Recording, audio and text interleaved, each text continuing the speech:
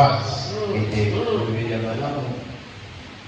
C'est que Dieu te bénisse. C'est la meilleure expression que tu peux dire à ton frère. Parce que dans la bénédiction de Dieu, il y a tout ce qu'il faut pour le bon pèlerinage ici-bas. Alors quand tu dis à ton frère que Dieu te bénisse, ça ne doit pas être une coutume ou une tradition, mais ça doit venir du cœur. Parce que quand tu dis avec le cœur, il y a une énergie qui se dégage et ça produit des impacts positifs sur la vie de ton frère, sur la vie de ta soeur. C'est pourquoi je vous souhaite que Dieu vous bénisse, que Dieu vous rende prospère, que vous soyez la tête et non la queue, que vous soyez en haut et non en bas, que vous soyez les meilleurs chrétiens. Prions. Seigneur, accomplis ces paroles que tu viens de déclarer, Seigneur, que cela se fasse ici dans la vie de tes enfants. Nous voulons lire ta parole. Révèle cela en nous. Bénis ta parole, Seigneur, au nom de Jésus-Christ. Amen. Alors, nous sommes en train de parler de vous devez naître de nouveau. On va prendre une référence de la Bible. On va prendre Apocalypse chapitre 1 à partir du verset 20. Le mystère des 7 étoiles que tu as vues dans ta main et les 7 chandeliers d'or. Les 7 étoiles sont les anges des 7 églises. Et les 7 chandeliers sont les 7 églises. Romains chapitre 11 verset 24. Si toi tu as été coupé de l'olivier naturellement sauvage, et hanté contrairement à ta nature sur l'olivier franc,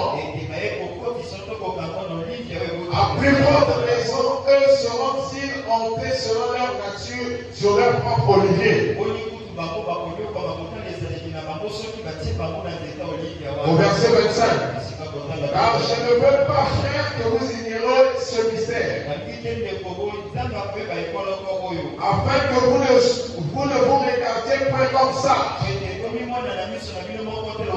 C'est qu'une partie d'Israël est tombée dans l'endurcissement jusqu'à ce que la totalité des païens soit entrée. Nombre chapitre 3 verset 4. Nadab et Abihu moururent devant l'Éternel lorsqu'ils apportèrent devant l'Éternel du feu étranger dans le désert de Sinaï. Ils n'avaient point de fils. Éléazar et Itamar exercèrent le sacerdoce en présence d'Aaron leur père. Que le Seigneur bénisse la lecture de sa parole. Je vous invite à vous asseoir. Vous devez naître de nouveau. Ça fait un moment que nous sommes en train de parler de ce sujet. Frère Branham a dit que ce n'est pas une suggestion. Ce n'est pas un soin. Mais c'est une obligation. Vous devez naître de nouveau. Pour voir le royaume des cieux. Voir le royaume des cieux, c'est comprendre. Et on comprend avec son cœur. La porte de l'œil, quand il s'ouvre, ça s'ouvre au niveau du cœur. Et c'est là où vous allez comprendre Et spirituellement, c'est la révélation. C'est le dévoilement. C'est Dieu qui se dévoile dans votre cœur. C'est ça la nouvelle naissance. Dieu en vous, il devient réel.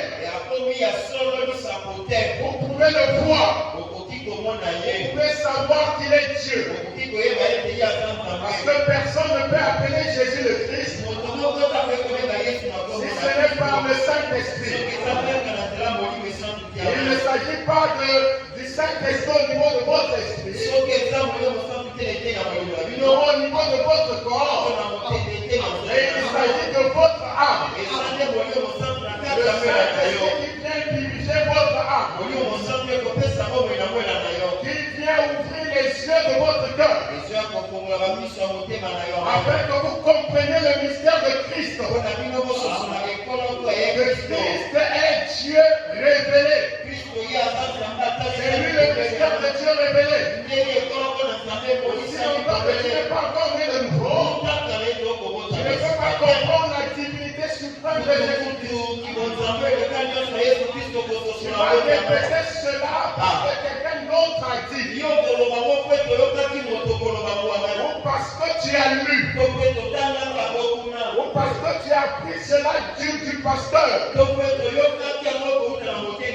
Mais en réalité, tu ne crois pas. Parce que la foi que tu as, sans le baptême du Saint-Esprit dans ton âme, c'est une foi artificielle. Ce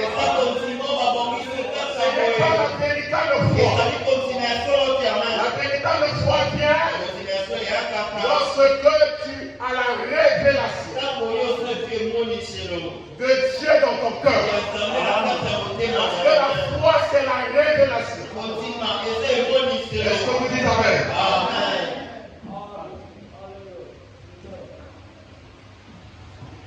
Nous sommes en train de parler du tabernacle de Moïse. Dieu avait dit à Moïse, dis aux enfants d'Israël, vous me ferez une offrande. Je le recevrai de quiconque n'apportera les cœurs sincères. Et de cette offrande, vous me ferez un sanctuaire. Et j'habiterai au milieu de vous. Dieu voulait habiter au milieu de son peuple. Raison pour laquelle il avait exigé qu'il devait apporter des offrandes. Parce que Dieu voulait habiter au milieu d'Israël. Est-ce que vous dites amen? Et il lui a dit, le tabernacle que tu feras sera fait selon le modèle que moi je te montrerai. Dieu avait un modèle qu'il devait montrer à Moïse. Et ce qui est au niveau du tableau, c'est ça le modèle que Moïse a reproduit sur la terre. Le tabernacle que Dieu lui avait montré. Est-ce que vous êtes avec moi? Or, ce tabernacle, ça représentait Christ. Le tabernacle est le type de Christ. Amen. Amen. C'était un type de Christ. Je vais lire une citation de Frère Branham. Amen. Amen.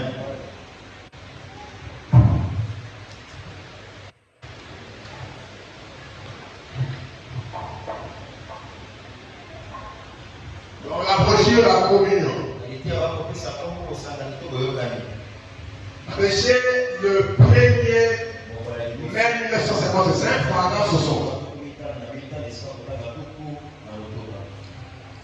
Il dit maintenant, écoutez chrétiens, il n'y a pas de communion en dehors du corps de Jésus-Christ. vous ne pouvez pas communier avec Dieu, ce n'est pas étonnant